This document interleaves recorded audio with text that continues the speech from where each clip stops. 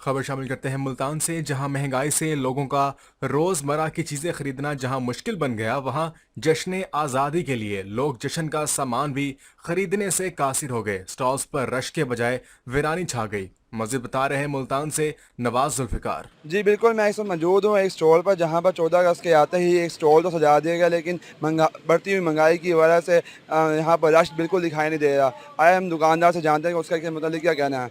जी sir बताइए। Sir जब ये 14 अगस्त आई है और हम लोगों ने स्टॉल वगैरह सजाया है तो बहुत ज़्यादा उम्मीदें थी।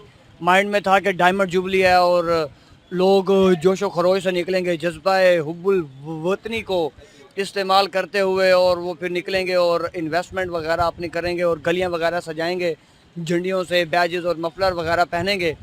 लेकिन शायद महंगाई की वजह है, बारिशें बहुत ज़्यादा हुई हैं, शायद मुहर्रम भी था, तो बहुत सारे जुज़वी तौर पे नेशनल लेवल पे और लोकल लेवल पे जो मसाइल हैं मुझे लगता है वो आड़े हाथ आए हैं।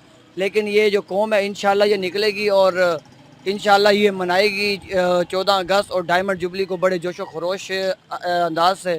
तो मेरी इस कौम से भी अपील है कि वो निकलें और 14 अगस्त के सिलसिले में जो उन्होंने ख़रीदारी करनी है करें। हम आप लोगों के लिए इंशाल्लाह 24/7 आवर बैठे हैं। अब तो वो जो हुकूमती की तरफ से जो पाबंदी थी वो भी ख़त्म हो गई है। तो इंशाल्लाह मैं अभी भी पूरी उम्मीद हूँ कि जो है लोग निकलेंगे और इस तरह सिस्टम वगैरह बनाएंगे अपना।